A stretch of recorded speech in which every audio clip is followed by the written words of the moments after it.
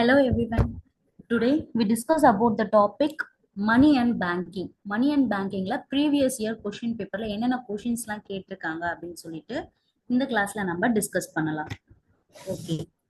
First question, which of the following statements are true? இதுல எந்த statement வந்து கரெக்டா இருக்கு அப்படின்னு சொல்லி கேட்டிருக்காங்க. Option A, quantitative tools control the extent of money supply by changing the CRR. Quantity tools வந்து மணி சப்ளையை வந்து சேஞ்ச் பண்ணுது அப்படின்னு சொல்லிட்டு கொடுத்துருக்காங்க. First one. Second one, there are two type open market operation, outright and upright அப்படின்னு கொடுத்துருக்காங்க. A fall in the bank rate can decrease the money supply. Bank rate சப்ளைவும் கம்மியாகும் அப்படின்னு சொல்லிட்டு சொல்லியிருக்காங்க. Next one, selling of your bond by RBI. RBI பாண்டை வந்து நம்ம செல் பண்ணோம் அப்படின்னா it will leads to reduction in quantity of reserves. Quantity of ரிசர்வ்ஸை குறைக்கும் நம்ம ஆர்பிஐல எல்லா பாண்டையும் செல் பண்ணா அப்படின்னு சொல்லி கொடுத்துருக்காங்க. Next one, the RBI can influence money supply by changing the rate at which it gives loan to the commercial bank. ஆர்பிஐல எதை influence பண்ணுதுன்னா மணி சப்ளைவை பண்றாங்க. ஓகே, அதன் மூலயமா கமர்ஷியல் பேங்க்ல இருக்க லோன்ஸை வந்து நம்மளால கொடுக்க முடியுமா அப்படின்னு சொல்லி கேட்டிருக்காங்க. பின்வரும் கூற்றுகளில் எது உண்மை? அளவுசார் கருவிகள் CRR மாற்றுவதன் மூலம் பண விநியோகத்தின் அளவை கட்டுப்படுத்துகின்றன. இரண்டு வகையான திறந்த சந்தை செயல்பாடுகள் உள்ளன, நேரடி மற்றும் நேரடி. வங்கி விகிதத்தில் ஏற்படும் வீழ்ச்சி பண விநியோகத்தை குறைக்கும். ரிசர்வ் வங்கியால் பத்திரத்தை விற்பது இருப்புகளின் அளவை குறைக்க வழிவகுக்கின்றது. இதுல எது வந்து கரெக்ட் ஆப்ஷன்ஸ் அப்படின்னு பார்த்தா ஃபர்ஸ்ட் ஒன் பாருங்க. Quantitative tools control the extent of money supply by changing the CRR. CRRன்றது cash reserve ratio. Cash reserve ரேஷியோன்றது வந்து ஒரு குவான்டிடேட்டிவ் டூல். அது நம்மளுக்கு நல்லாவே தெரியும். இதை யார் யூஸ் பண்றாங்க? சென்ட்ரல் பேங்க் தான் வந்து யூஸ் பண்றாங்க. And then இது வந்து எதை கண்ட்ரோல் பண்ணுது அப்படின்னா மணி சப்ளைவை கண்ட்ரோல் பண்ணுது. So this statement is true, correct. Next one, B. There are two types of open market operations, outright and upright.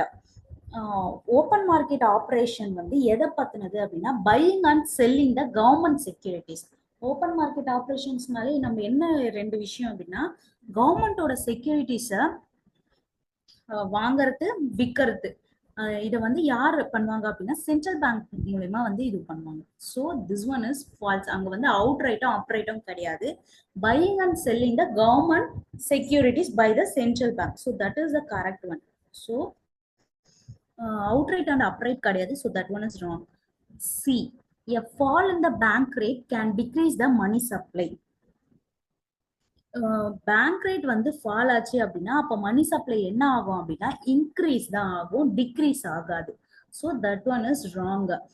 நம்ம எப்படி சொல்றோம் அப்படின்னா it makes cheaper for banks to borrow from the central bank.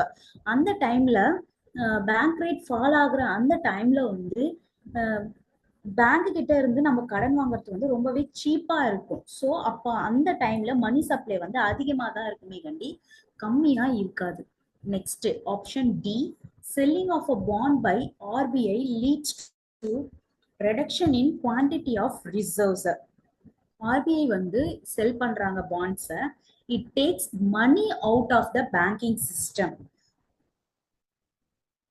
இது வந்து எதை lead பண்ணுது அப்படின்னா decrease the money supply. So this one is correct. RBI வந்து அவங்களோட பாண்ட்ஸை செல் பண்றாங்க அப்படின்னா அது எந்த விதமான அது எதை எடுத்துக்கும் அப்படின்னா money out of the banking system. Banking சிஸ்டம்ல இருக்க மணியை என்ன பண்ணோம் அப்படின்னா எடுத்துக்கும். It will decrease the money supply. அந்த டைம்ல மணி சப்ளை என்ன ஆகும் அப்படின்னா கம்மியாகும், குறைஞ்சு இருக்கும். And then E,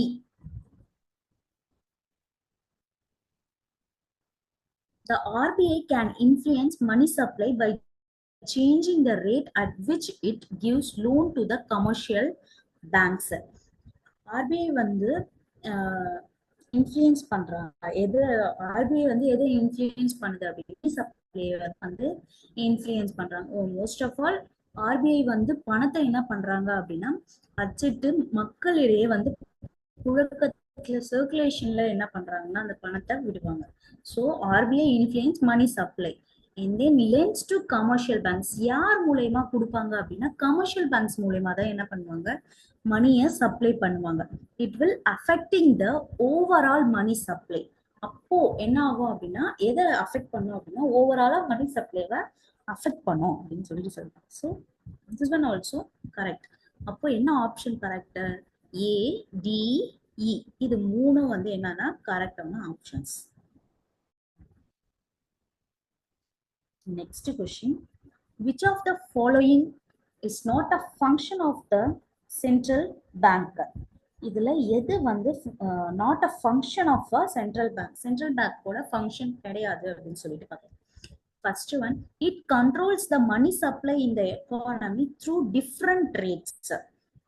என்ன பண்ணுது? எதை கண்ட்ரோல் பண்ணுதா? மணி சப்ளைவை கண்ட்ரோல் பண்ணுது இந்த எக்கானமில அப்படின்னு சொல்லிட்டு ஃபர்ஸ்ட் ஒன்னா சொல்லிருக்காங்க. Second one, it acts as a banker to the government.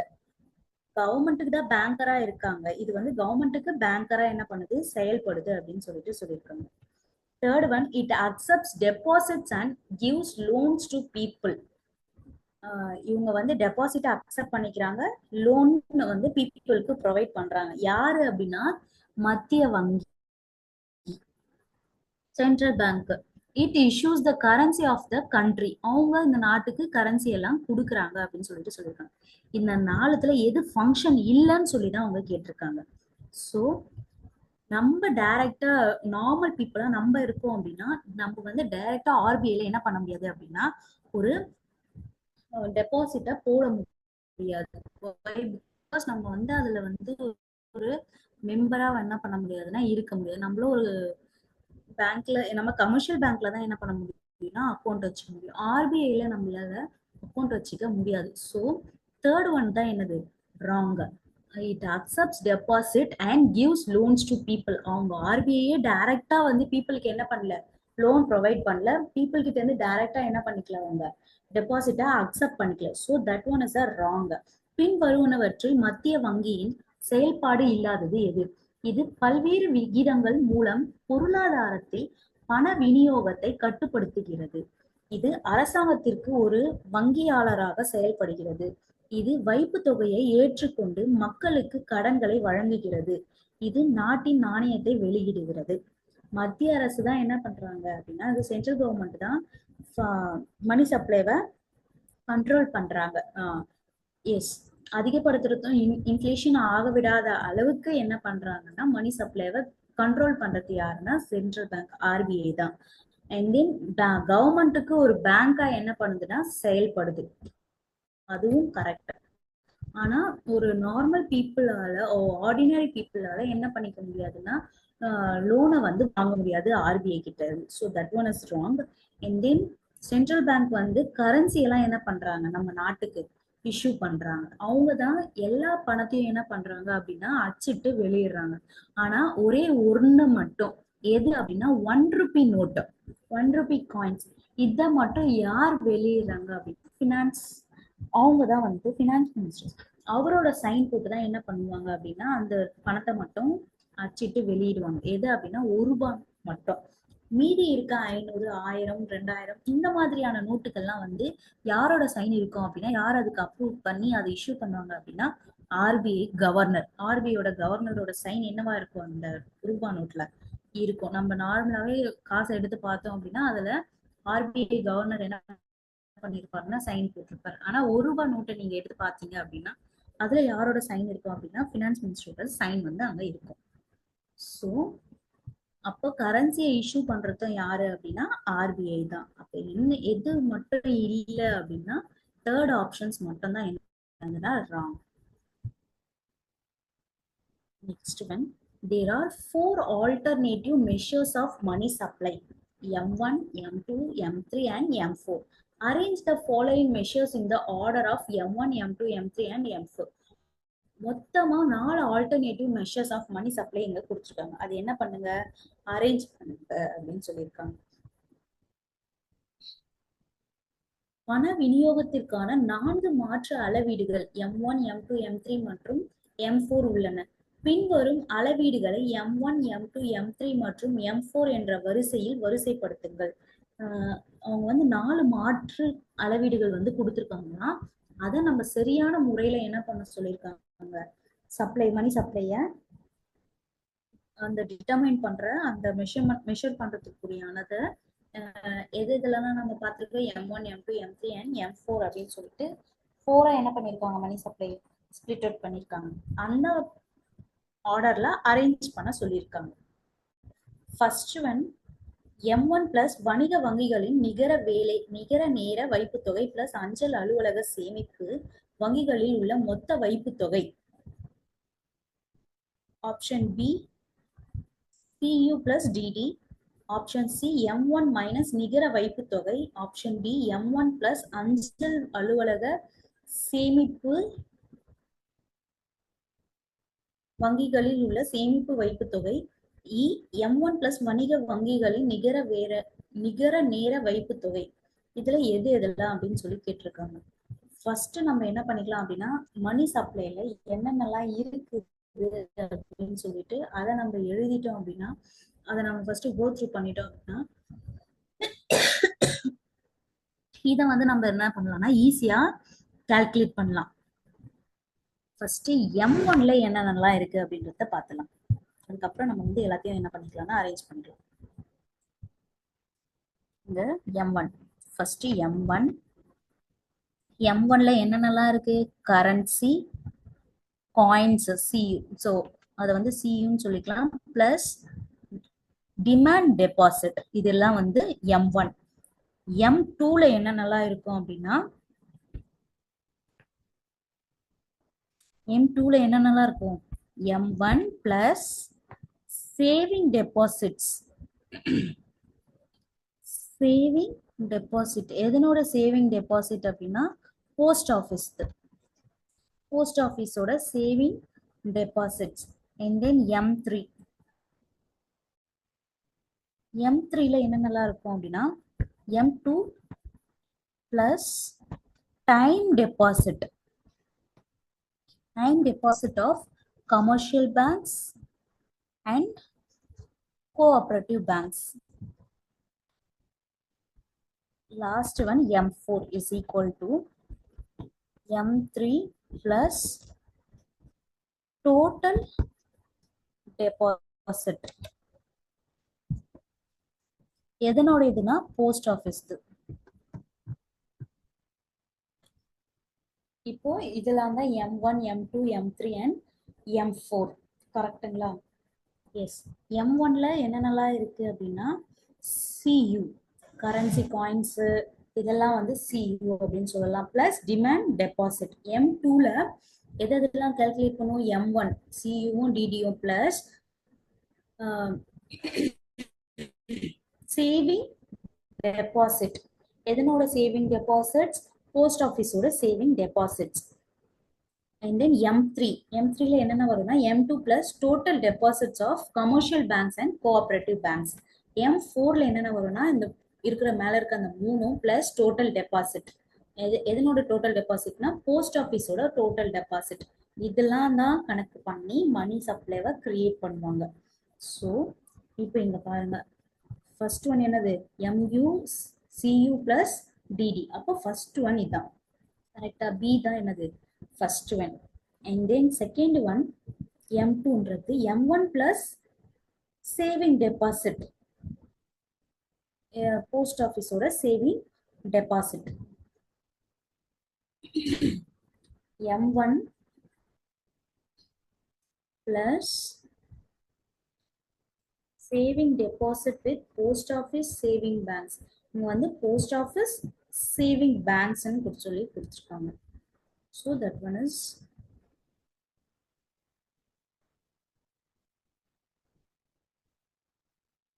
Option D. இதுதான் செகண்ட் வரும்.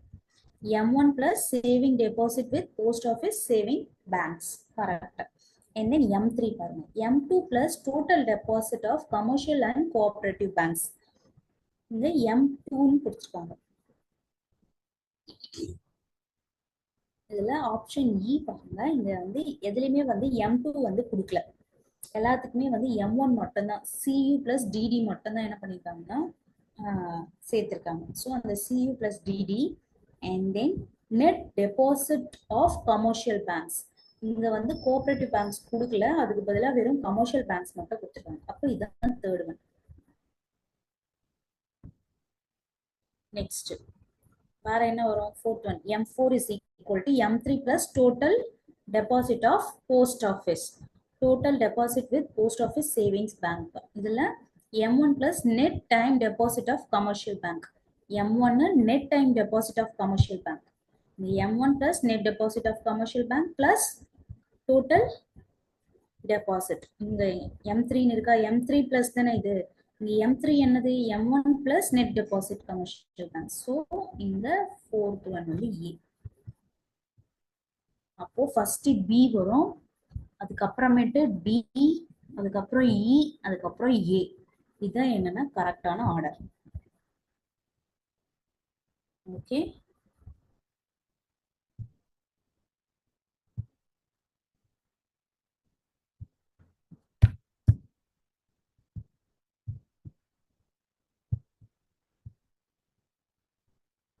next one.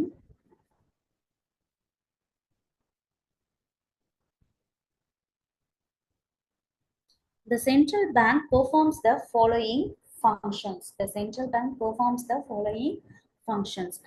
இங்க கொடுத்திருக்கிறதுல எது வந்து சென்ட்ரல் பேங்கோட பெர்ஃபார்மன்ஸ் அப்படின்னு சொல்லி கேட்டிருக்காங்க. Banker to the public, banker to the banks, banker to the governments, lender of the last resort, issue 1 rupee coins. இங்க கேட்டிருக்கிறது வந்து சென்ட்ரல் பேங்கோட ஃபங்க்ஷன்ஸ்லாம் என்னென்ன அப்படின்னு சொல்லிட்டு கேட்டிருக்காங்க. மத்திய வங்கி பின்வரும் செயல்பாடுகளை செய்கிறது. பொதுமக்களுக்கு வங்கியாளர், வங்கிகளுக்கு வங்கியாளர், அரசாங்கத்திற்கு வங்கியாளர், கடைசி முயற்சியாக கடன் வழங்குபவர், 1 ரூபாய் நாணயங்களை வெளியிடுகிறது. கீழே கொடுக்கப்பட்ட விருப்பங்களில் இருந்து சரியான பதிலை தேர்ந்தெடுக்கவும். இப்ப பாருங்க, சென்ட்ரல் பேங்க் வந்து எந்தெந்த மாதிரி எல்லாம் பெர்ஃபார்ம் பண்ணுது. பேங்கர் டு த பப்ளிக்கா? கிடையாது, பப்ளிக்கோட பேங்கர் கிடையாது ஆர்பிஐ. ஆனா பேங்கர் டு த பேங்க்ஸ், இருக்கிற எல்லா கமர்ஷியல் பேங்குக்கும் இவங்க தான் banker. So B correct. Banker to the government, கவர்மெண்ட்டுக்கும் என்னவா இருக்காங்க இவங்க? பேங்கரா இருக்காங்க. அப்போ சியும் கரெக்ட். சென்ட்ரல் பேங்கோட another name, it is also called as a lender of the last resort. இதுதான் சென்ட்ரல் பேங்கோட ஆல்சோ கால்டுன்னு சொல்லி நம்ம இதை படிச்சிருக்கோம். டியும் கரெக்ட். இஷ்யூஸ் 1 rupee காயின்ஸ், நான் ஆல்ரெடி சொன்னேன். சென்ட்ரல் பேங்க் வந்து 1 rupee காயின்ஸ், 1 rupee நோட்ஸ்லாம் வந்து இஷ்யூ பண்ணாது அப்படின்றத ஃபர்ஸ்ட் டே சொன்னோம். அப்போ ஆப்ஷன் இ கிடையாது, ஆப்ஷன் ஏவும் கிடையாது. மீதி இருக்க இந்த 3 option B, C and D, இதுதான் வந்து கரெக்டான ஆன்சர்ஸ். வங்கிகளுக்கு வங்கியாளரா இருப்பாங்க, அரசாங்கத்தோட வங்கியாளரும் இவங்க தான், ஆர்பிஐ தான். கடைசி முயற்சியாக கடன் வழங்குபவர், லாஸ்டா லெண்டர் ஆஃப் த ரெசார்ட் அப்படின்னு சொல்லிட்டு இவங்கள தான் வந்து சொல்லுவோம். ஆனா 1 ரூபாய் நாணயங்களை என்ன பண்ண மாட்டாங்கன்னா வெளியிட மாட்டாங்க. ஸோ அதான் ஆன்சர். இந்த 3 தான் answer. Next one, Sunil Kumar went to his bank to deposit rupees 10 lakhs. Sunil குமார்ன்றவர் வந்து அவரோட பேங்க்ல எவ்வளவு டெபாசிட் பண்றாரு? 10 lakhs rupees டெபாசிட் பண்றாரு. On acceptance of this deposit by the ICICI bank, எந்த பேங்க்ல அக்செப்ட் பண்ணி டெபாசிட் பண்றாங்க? ஐசிஐசி பேங்க்ல. RBI asked the ICICI bank to keep 2000 as reserves. RBI என்ன பண்றாங்க? ஐசிஐசி பேங்க் கிட்ட 2 லட்சம் ரூபாய் என்ன பண்ணுங்க அப்படின்னா ரிசர்வ் பண்ணுங்க அப்படின்னு சொல்றாங்க. The amount of 2 lakhs represent, அப்போ ரிசர்வ் பண்ற அந்த 2 lakhs நம்ம என்ன நேம்னு சொல்லுவோம்? ஆல்ரெடி நம்ம படிச்சதுதான். எப்பவுமே எந்த ஒரு பேங்க்குமே எல்லா பணத்தையும் என்ன பண்ணிட மாட்டாங்க அப்படின்னா கடனா கொடுத்துட மாட்டாங்க. கமர்ஷியல் பேங்கா இருக்கட்டும், ஆர்பிஐயா இருக்கட்டும், எந்த ஒரு பேங்கா இருந்தாலும் இருக்கிற அவங்க கிட்ட இருக்க மொத்த பணத்தையும் வந்து கடனா என்ன பண்ண மாட்டாங்கன்னா மக்கள் கிட்ட கொடுத்துட மாட்டாங்க. கொஞ்சம் அமௌண்ட்டை அந்த பேங்க்குன்னு சொல்லி என்ன பண்ணுவாங்கன்னா எடுத்து வைப்பாங்க. எதுக்காக அப்படின்னா பேங்க் வந்து முழுசா திவாலாகாம பாத்துக்கிறதுக்காக இந்த மாதிரி ஒரு சம் ஆஃப் அமௌண்ட்டை என்ன பண்ணி வைப்பாங்கன்னா ஹோல்ட் பண்ணி வைப்பாங்க, ரிசர்வ் பண்ணி வைப்பாங்க. அந்த டைம் அந்த அமௌண்ட்டை ரிசர்வ் பண்ணி வைக்கிறத நம்ம என்ன நேம்னு சொல்லுவோம்? எஸ், கேஷ் ரிசர்வ் ரேஷியோ அப்படின்னு சொல்லிட்டு சொல்லுவோம். இங்க கொடுத்துருக்காங்க பாருங்க. சுனில்குமார் தனது வங்கிக்கு ரூபாய் 10 லட்சம் டெபாசிட் செய்ய சென்றார். ஐசிஐசி வங்கி இந்த டெபாசிட்டை ஏற்றுக்கொண்டதும் ரிசர்வ் வங்கி ஐசிஐசி வங்கியிடம் ரூபாய் 2 லட்சம் இருப்பு வைத்திருக்க சொன்னது. 2 லட்சம் தொகை பின்வருவனவற்றை குறிக்கிறது. பின்வருவற்றில் எது அப்படின்னு சொல்லிட்டு கேட்டிருக்காங்க. சட்டப்பூர்வ பணப்புழக்க விகிதம் எஸ்எல்ஆர், உள் வருவாய் விகிதம் ஐஆர்ஆர், ரொக்க இருப்பு விகிதம் சிஆர்ஆர், சட்ட தேவைகள் ஐஆர்ஆர். இதுல என்ன ஆன்சர் அப்படின்னா கேஷ் ரிசர்வ் ரேஷியோ. கொஞ்சம் கேஷை என்ன பண்ணி வைக்கிறாங்கன்னா ரிசர்வ் பண்ணி வைக்கிறாங்க. யாரு அப்படின்னா both the governments, both the banks, commercial bank and RBI bank. எந்த ஒரு பேங்கா இருந்தாலும் சம் ஆஃப் த கேஷை என்ன பண்ணி வைப்பாங்கன்னா ஹோல்ட் பண்ணி வைப்பாங்க, ரிசர்வ் பண்ணி வைப்பாங்க. அதை நம்ம கேஷ் ரிசர்வ் ரேஷியோ அப்படின்னு சொல்லிட்டு சொல்லுவோம். Next one, the foremost role of money is, foremost role of money is, மணியோட ரோல் என்ன, முக்கியமான ரோல் அப்படின்னு பார்த்தா unit of account, measure of deferred payments, medium of exchange, store of value. பணத்தின் முக்கிய பங்கு, பணத்தோட முக்கியமான பங்கு எதுக்கு போகுது அப்படின்னு என்ன அப்படின்னா கணக்கின் அழகா, ஒத்தி வைக்கப்பட்ட கட்டணத்தின் அளவீடு, பரிமாற்ற ஊடகம், மதிப்பு இருப்பு. இதுலலாம் எது ஆன்சர் அப்படின்னு பார்த்தா ஃபர்ஸ்ட் மணி வந்து எதுக்காக நம்ம யூஸ் பண்ணோம் அப்படின்னா மீடியம் ஆஃப் எக்ஸ்சேஞ்ச். கரெக்டுங்களா? எஸ். ஒரு பணத்தை பணமா நம்ம எதுக்காக யூஸ் பண்றோம் அப்படின்னா மீடியம் ஆஃப் எக்ஸ்சேஞ்ச். ஒரு பொருளை நம்ம வாங்கறதுக்காக பணத்தை கொடுத்துட்டு அந்த பொருளை வாங்கணும் அப்படின்னு சொல்லிதான் பணத்தையே என்ன பண்ணோம் நம்ம கண்டுபிடிச்சோம். ஆனா இப்ப இருக்கிற பிரசன்ட் வேர்ல்ட்ல என்னவா பணம் மாறிடுச்சு. பணம் இருந்தா மட்டும்தான் நம்மளோட லைஃபே அப்படின்ற அளவுக்கு அந்த மணி என்ன ஆயிடுச்சுன்னா டோட்டலா நம்ம எல்லாரையுமே சேஞ்ச் ஓவர் பண்ணி விட்டுடுச்சு. ஸோ நம்ம ஃபர்ஸ்ட் மணியை கொண்டு வரும்போது, மணியை உருவாக்கும் போது அந்த பணம் எதுக்காக செயல்படும் அப்படின்னு சொல்லி கொண்டு வந்தோம்னா மீடியம் ஆஃப் எக்ஸ்சேஞ்ச். ஃபர்ஸ்ட் பண்ட மாற்ற முறையை தான் என்ன பண்ணணும்னா பின்பற்றணும். ஒரு பொருளை கொடுத்துட்டு இன்னொரு பொருள் என்ன பண்ணோம் வாங்கிட்டு இருந்தோம். அதுக்கப்புறம் கோல்டு ஸ்டாண்டர்ட் வந்தது, சில்வர் வந்தது, மெட்டாலிக், கோல்டு, சில்வர் இப்படின்னு சொல்லிட்டு என்ன ஆயிடுச்சு, கொஞ்சம் கொஞ்சமா கோல்டை கொடுத்து நமக்கு தேவையான பொருள் எல்லாம் வாங்கணும், சில்வரை கொடுத்து நம்மளுக்கு தேவையான பொருளை வாங்கணும், மெட்டலை கொடுத்துட்டு நம்மளுக்கு தேவையான பொருள் எல்லாம் வாங்கணும். அதுக்கப்புறமேட்டு தான் என்ன கண்டுபிடிச்சாங்க அப்படின்னா பேப்பர் கரன்சியை கண்டுபிடிச்சாங்க, மணியை கண்டுபிடிச்சாங்க. மணியை கண்டுபிடிச்சதுக்கான ரீசன் என்ன அப்படின்னா தனக்கு தேவையான பொருட்களை வாங்கிக்கணும், மீடியம் ஆஃப் எக்ஸ்சேஞ்ச். அதுதான் இங்க சொல்லியிருக்காங்க. Next one, a fictional bank has deposits equal to 5,000 crores and reserves equals to 6,000 crores. What is the net worth of this bank? Net worth எவ்வளவு அப்படின்னு சொல்லி கேட்டுட்டாங்க. ஒரு கற்பனை வங்கியில் 5,000 கோடிக்கு சமமான வைப்பு தொகைகளும் 6,000 கோடிக்கு சமமான இருப்புகளும் உள்ளன. இந்த வங்கியின் நிகர மதிப்பு என்ன? நிகர மதிப்பு நெட் ஒர்த் இந்த பேங்குக்கு என்ன அப்படின்னு சொல்லிட்டு கேட்டிருக்கு. நெட் ஒர்த்தோட ஃபார்முலா என்னது?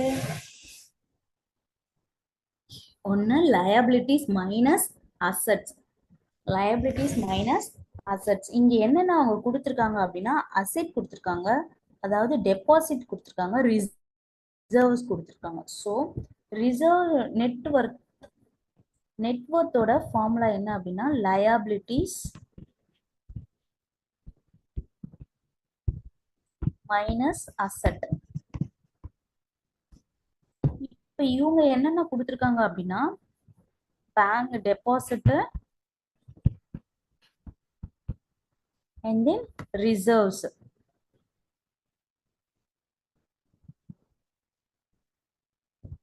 இது ரெண்டு தான் என்ன பண்ணிருக்காங்கன்னா கொடுத்துருக்காங்க.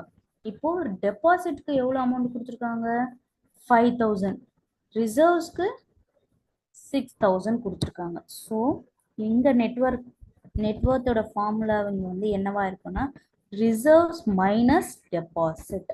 இதுதான் இதனோட ஃபார்முலா. தென் ரிசர்வ் எவ்வளோ 6000 crores, டெபாசிட் 5000 crores. அப்போ 6000 minus 5000 1000 crores. So answer 1000 crores. Okay, how you understand? Next one.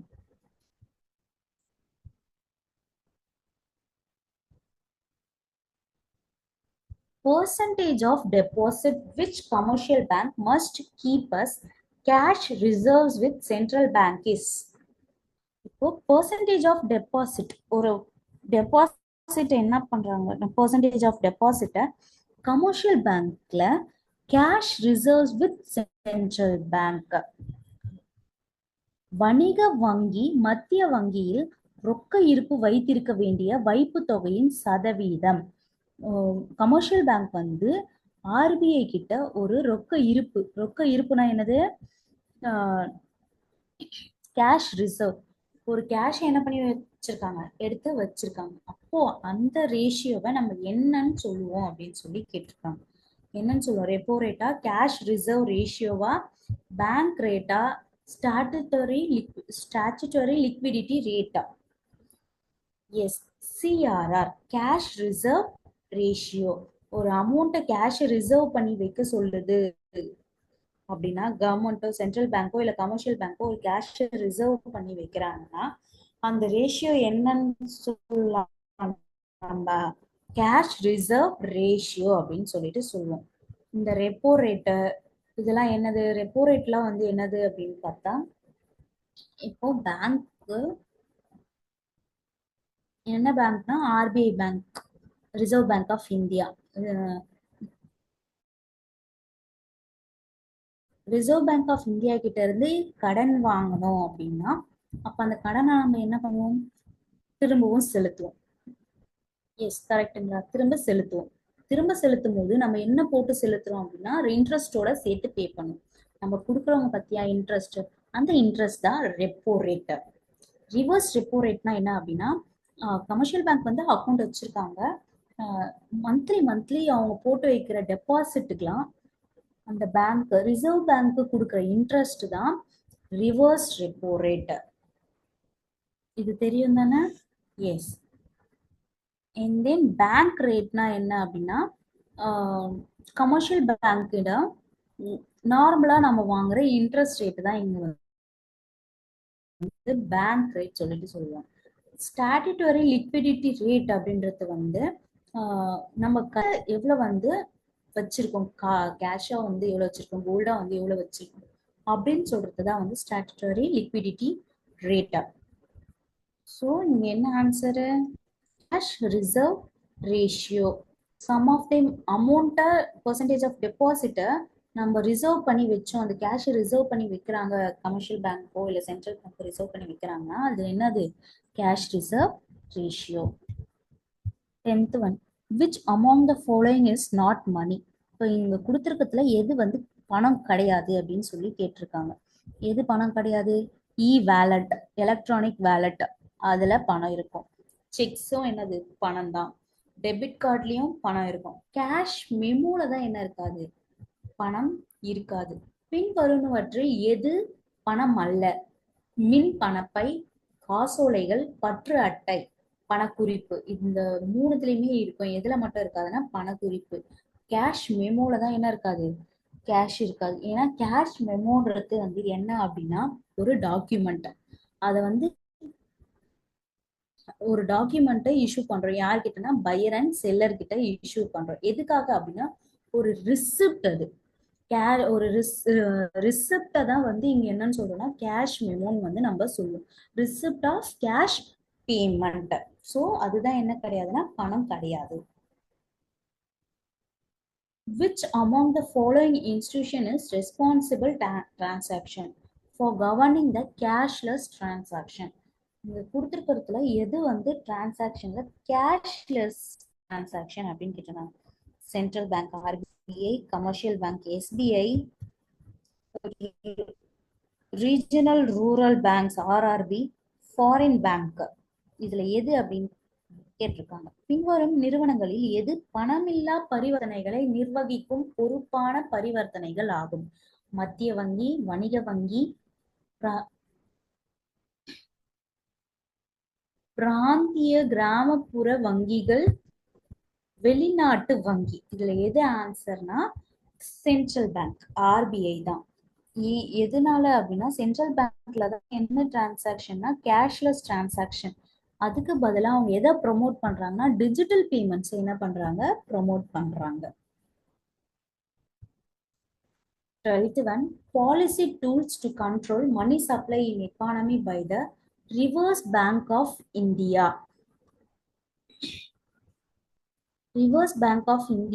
Reserve bank of India வந்து மணி சப்ளைய கண்ட்ரோல் பண்றதுக்கான மெஷர்ஸ் இதுல என்னென்ன டூல்ஸ்லாம் வந்து இருக்கு அப்படின்னு சொல்லி கேட்டிருக்காங்க.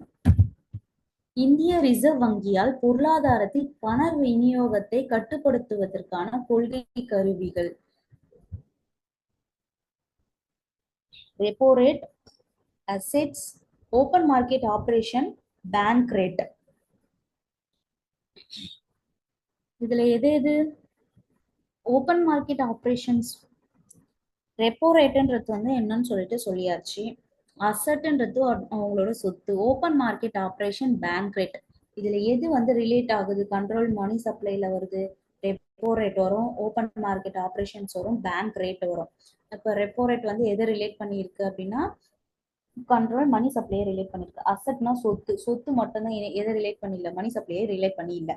ஓப்பன் மார்க்கெட் ஆப்ரேஷன்ஸும் வந்து கவர்மெண்டோட செக்யூரிட்டிஸை பை பண்றது, செல் பண்றது, இதுவும் வந்து என்ன ஆகும்னா மணி சப்ளையை கண்ட்ரோல் பண்றோம். And then bank rate, bank ரேட்டும் என்ன ஆகும்னா control of money supply. Credit கண்ட்ரோல்ல இது எல்லாமே வந்துடும். ஆனா எது மட்டும் வராது அப்படின்னா அசட் மட்டும் தான் வராது. கிரெடிட் கண்ட்ரோல் மெஷர்ஸை வந்து 2 டைப்ஸா பிரிச்சிருப்போம். ஒன்னு ஜென்ரல் குவான்டிடேட்டிவ், இன்னொன்னு செலக்டிவ் குவாலிட்டேட்டிவ். அந்த ஜென்ரல் அண்ட் செலக்டிவ்ல ரெப்போ ரேட் வரும், ஓப்பன் மார்க்கெட் ஆப்ரேஷன்ஸ் வரும், பேங்க் ரேட்லாம் வந்துடும். ஆனா எது மட்டும் வராது அப்படின்னா அசட், சொத்து மட்டும்தான் வராது. ஸோ ஆன்சர் வந்து B, A, B and D மட்டும். D only. Open market operation is the only tool to influence money supply in the economy. அது வந்து ட்ரூ ஆ ஃபால்ஸா? கண்டிப்பா ஃபால்ஸ் தான். ஏன் அப்படின்னா ஓப்பன் மார்க்கெட் ஆப்ரேஷன்ஸ் கவர்மெண்டோட செக்யூரிட்டிஸ் மட்டும் எதை கிரியேட் பண்ணல, ஒன் ஆஃப் த டூல்ஸ் கிடையாது மணி சப்ளையை கிரியேட் பண்றதுக்கு. அது மட்டும் இல்லாம இன்னும் நிறைய என்ன இருக்கு அப்படின்னா டூல்ஸ் இருக்கு. அப்போ ஓப்பன் மார்க்கெட் ஆப்ரேஷன் மட்டும் கிடையாது, இன்னும் நிறைய டூல்ஸ் இருக்கு. So that one is falls. பொருளாதாரத்தில் விநியோகத்தை பாதிக்கும் ஒரே கருவி திறந்த சந்தை செயல்பாடுகள் மட்டுமே. உண்மை, தவறு, தெளிவு சரி. இப்போ பொருளாதாரத்துல வந்து மணி சப்ளை, பண விநியோகத்தை பாதிக்கிறது வந்து ஒரே கருவி ஓப்பன் மார்க்கெட் ஆப்ரேஷன் தான் அப்படின்னு சொல்லிட்டு சொல்றாங்க. அப்ப அது வந்து தவறு. அது மட்டும்தான் டூல்ஸ் கிடையாது, இன்னும் நிறையவே இருக்கு. Repo rate is the rate at which RBI lends money to commercial banks for. இப்போ ரெப்போ ரேட் அடிப்படையில ஆர்பிஐ என்ன பண்றாங்க, கமர்ஷியல் பேங்க்குக்கு கடன் கொடுக்குறாங்க. அந்த கொடுக்குற கடன் வந்து லாங் பீரியட்ல கொடுப்பாங்களா, ஷார்ட் பீரியட்ல கொடுப்பாங்களா, வெரி லாங் பீரியடா, மார்க்கெட் பீரியட்? என்ன பீரியட்னா ஷார்ட் பீரியட், குறுகிய காலத்துல தான் என்ன வந்து எப்பவுமே வந்து ரிசர்வ் வங்கி வந்து கடனை வழங்குவோம். ஏன் அப்படின்னா மோஸ்ட் ஆஃப் ஆல் எல்லா லோன்ஸுமே வந்து எந்த பேங்க் கொடுத்தாலும் அதை வந்து ஷார்ட் டேர்ம் லோனாக தான் ப்ரொவைட் பண்ணுவாங்க. Most of all long term லோனை வந்து அவாய்ட் பண்ணிடுவாங்க. ரெப்போ விகிதம் என்பது ரிசர்வ் வங்கி வணிக வங்கிகளுக்கு நீண்ட காலத்திற்கா, குறுகிய காலத்திற்கா, மிக நீண்ட காலத்திற்கா, சந்தை காலமா அப்படின்னு பார்த்தா குறுகிய காலத்திற்கு தான் என்ன பண்ணுங்க, கடனெல்லாம் வழங்கும். Next one, identify the quantitative tools used by RBI to control money supply.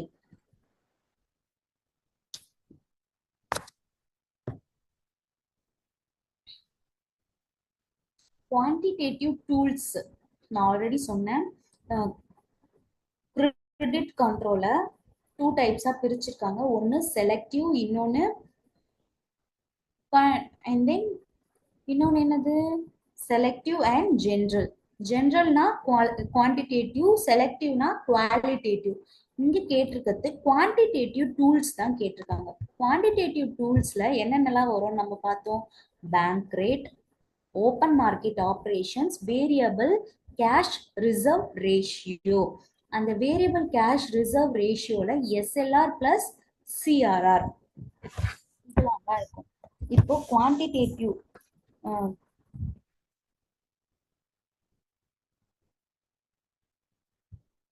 one second.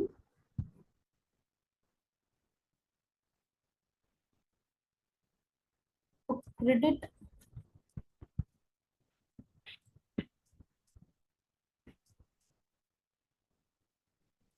Credit கண்ட்ரோல டூவா பிரிச்சிருக்காங்க, ஸ்பிளிட் பண்ணிருக்காங்க. ஒன்னு வந்து ஜெனரல், இன்னொன்னு செலக்டிவ். ஒன்னு வந்து ஜெனரல், இன்னொன்னு வந்து செலக்டிவ். ஜெனரல்ல என்ன வரும் அப்படின்னா குவான்டிடேட்டிவ்,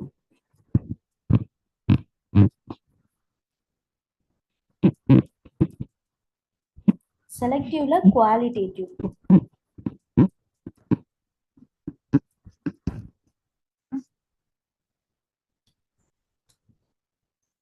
ஜெனரல்ல என்னென்னலாம் வரும் அப்படின்னா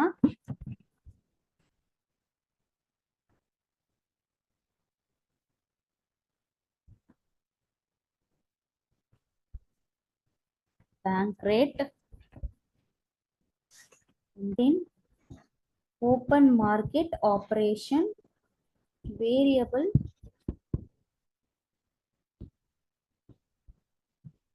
cash reserve ratio.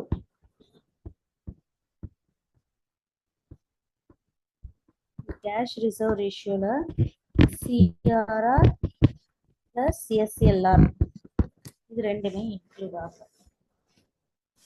ஸோ இதுதான் கிரெடிட்டை கண்ட்ரோல் பண்றதுக்கான மெஷர்ஸ். இதுல என்னென்னலாம் கொடுத்துருக்காங்க. Moral suasion, bank rate, cash reserve ratio, open market operation, margin requirement. இப்போ இதுல எது எதுலாம் answer. Bank rate first one, next open market operation அது D, and then variable cash reserve ratio CRR and SLR. இதுல cash reserve ratio கொடுத்துருக்காங்க. So அது அப்ப இந்த மூணு ஆன்சர் தான் என்னது கரெக்ட். இது மாரல் சுயேஷனும் கிடையாது, மார்ஜின் ரெக்யூர்மெண்ட்டும் கிடையாது. இது ரெண்டும் எதுல வரும்னா குவாலிட்டேட்டிவ்ல வரும். மாரல் சுயேஷன், அதுக்கப்புறம் மார்ஜின் ரெக்யூர்மெண்ட் இதெல்லாமே வந்து எதுல வரும் அப்படின்னா குவாலிட்டேட்டிவ்ல தான் வரும். ஸோ இதனோட option B, C and D. So அதுதான் correct. B, C and D இருக்கும். இந்த ஆப்ஷன் தான் என்னன்னா கரெக்டான ஆப்ஷன். Next question. பண விநியோகத்தை கட்டுப்படுத்த ரிசர்வ் வங்கி பயன்படுத்தும் அளவுசார் கருவிகளை அடையாளம் காணவும். தார்மீக நிலை, வங்கி விகிதம், ரொக்க இருப்பு விகிதம், திறந்த சந்தை செயல்பாடுகள், மார்ஜின் தேவை. இதுல எது எதெல்லாம் ஆன்சர்னு சொன்னோம். வங்கி விகிதம், ரொக்க விருப்பு விகிதம், திறந்த சந்தை செயல்பாடுகள், இது மூணும் தான் answer. Next question. Which among the following is not a part of qualitative measure of monetary policy of RBI? ஆர்பிஐயோட குவாலிட்டேட்டிவ், இவ்வளவு நேரம் நம்ம பார்த்ததுல குவான்டிடேட்டிவ், இப்ப பார்க்க போறது குவாலிட்டேட்டிவ். குவாலிட்டேட்டிவ்ல என்னென்னலாம் வரும். Rationing of credit, direct action, moral suasion, publicity, regulation of consumers credit, marginal requirements, இது எல்லாமே வரும். இப்ப இந்த ஆப்ஷன்ஸ்ல பாருங்க. மார்ஜினல் ரெக்யூர்மெண்ட்ஸ் வருமா. ஆமா வரும். மார்ஜினல் ரெக்யூர்மெண்ட்ஸ்,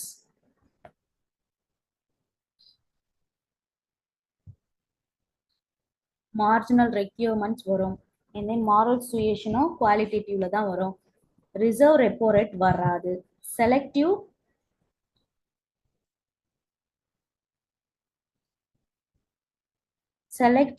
கிரெடிட் கண்ட்ரோல் இதுவும் வரும். ஸோ எது மட்டும் வராது. ரிசர்வ் ரெப்போ ரேட் மட்டும் தான் வராது.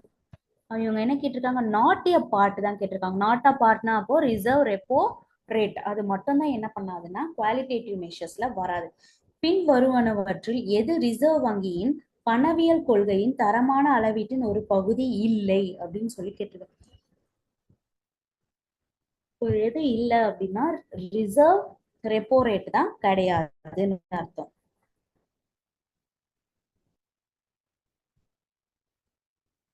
விளிம்பி தேவை, தார்மீக உறுதிப்பாடு, தலைகீழ் ரெப்போ விகிதம். எது தலைகீழ் ரெப்போ விகிதம் தான் கிடையாது.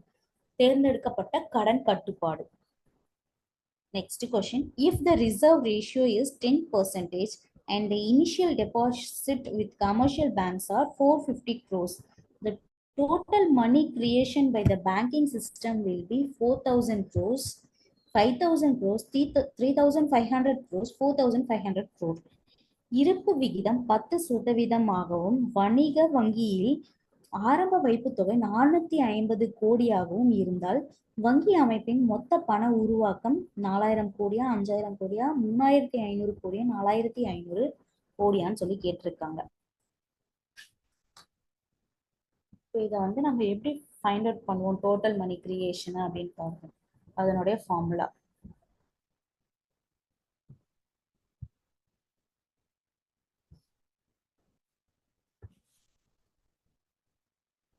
total money creation. Total money creation is equal to initial deposit into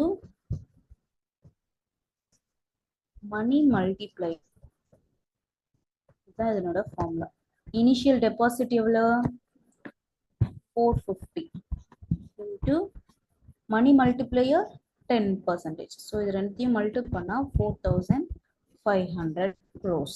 So the answer is 4,500 crores.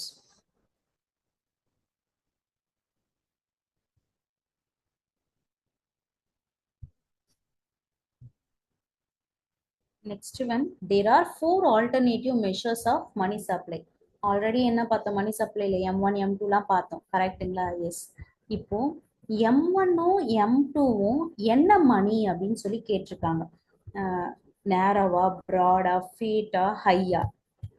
பண விநியோகத்திற்கு 4 மாற்று அளவீடுகள் உள்ளன. பண மாற்றத்துக்கு எத்தனை அளவீடு இருக்கு? 4 அளவீடு இருக்கு. இந்த 4 அளவீடுல M1 மற்றும் M2 ஆகியவை டேஷ் பணம் என அறியப்படுகின்றன. M1ம் M2ம் என்ன பணம் அப்படின்னு சொல்லிட்டு நம்ம பார்க்கணும். என்ன பணம்? குறுகியவா, பரந்தவா, ஃபியட்டா, உயரா? என்ன ஆன்சர் அப்படின்னு பார்த்தா நேரோ மணி. நேரோ மணி ஏன் அப்படின்னு அதை சொல்றோம்? M1யும் M2யும் ஆல்ரெடி நம்ம என்ன பண்ணிருக்கோம்? இதை பார்த்திருக்கோம். M1ம் M2ம் என்னன்னு சொல்லுவோம்னா நேரோ மணின்னு சொல்லுவோம். M3யும் M4ம் என்ன மணினா பிராட் மணி. M1ம் M2ம் என்ன பணம்? குறுகிய பணம்.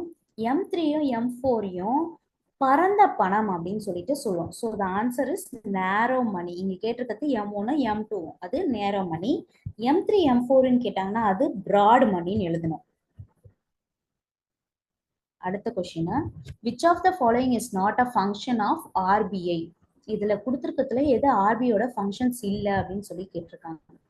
First one, lender of last resort. பின்வருவனவற்றில் எது ரிசர்வ் வங்கியின் செயல்பாடு அல்லன்னு கேட்டிருக்காங்க.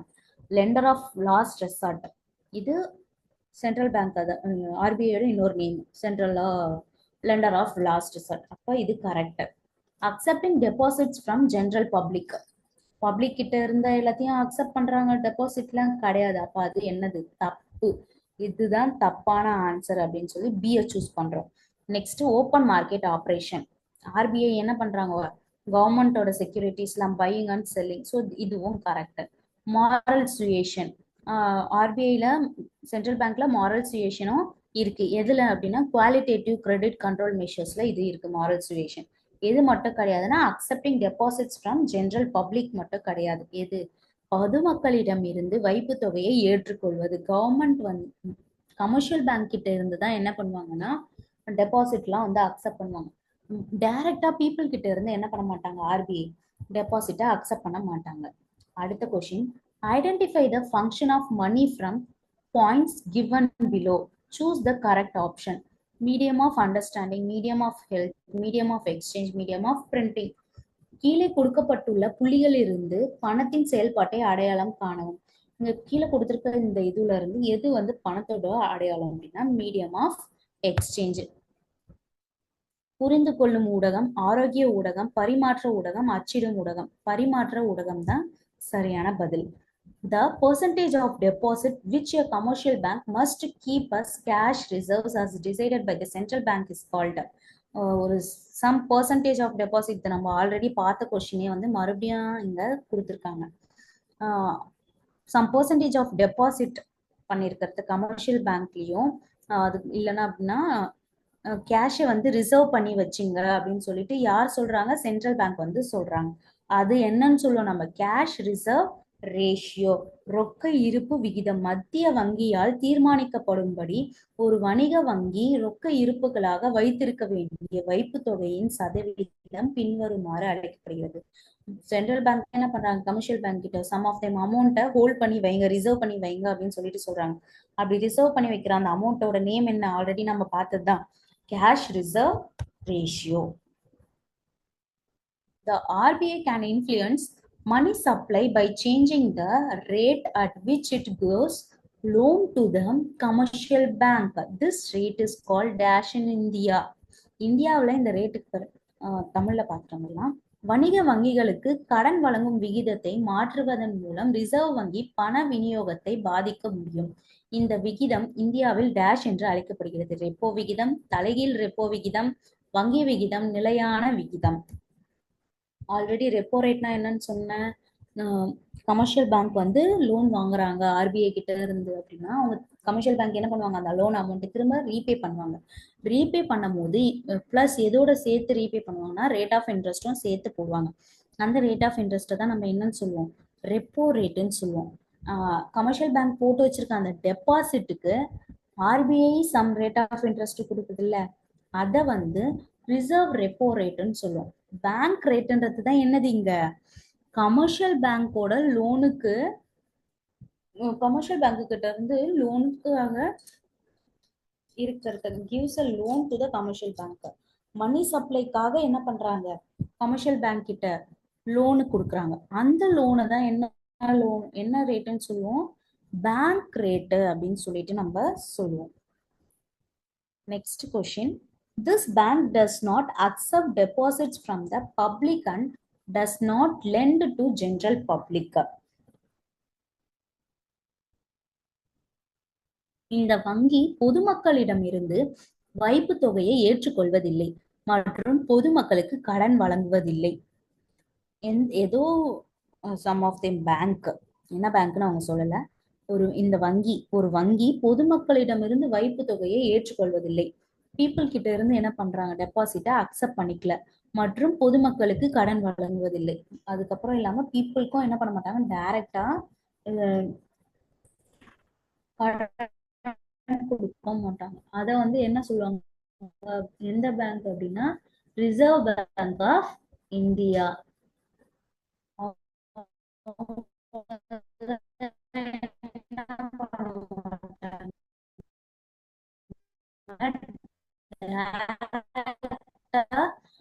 பீப்புளுக்கு கடன் கொடுக்க மாட்டாங்க. யார் மூலியமா கொடுப்பாங்க? அப்படி கொடுப்பாங்க. அடுத்த question. Functions of central bank or central பேங்கோட ஃபங்க்ஷன்ஸ் என்னென்ன அப்படின்னு கேட்டிருக்காங்க. SLR, CRR, open market operations, bankers bank, issue of currency. Choose the correct answer from the options given below. இதுல எது மட்டும் ஆன்சர் அப்படின்னு பார்த்தா டிஎன்இ, மத்திய வங்கியின் செயல்பாடுகள். எல்லாமே தான் ரிலேட் ஆகும் சென்ட்ரல் பேங்கோட. அது என்ன டி மட்டும் இ பார்த்தா டியும் இயும் தான் ஃபங்க்ஷன்ஸ். மீதி இருக்க அந்த மூணும் என்னது? எஸ்எல்ஆர், சிஆர்ஆர், ஓப்பன் மார்க்கெட் ஆப்ரேஷன்ஸ்லாம் கிரெடிட் கண்ட்ரோல் மெஷர்ஸ். இது மூணுமே அந்த கிரெடிட்டை மணி சப்ளைவை ரொம்ப அதிகமா மணி சப்ளைவை ரொம்ப கிரியேட் பண்ணக்கூடாது அப்படின்னு சொல்லிட்டு அந்த கிரெடிட்டை கண்ட்ரோல் பண்ணுவாங்க.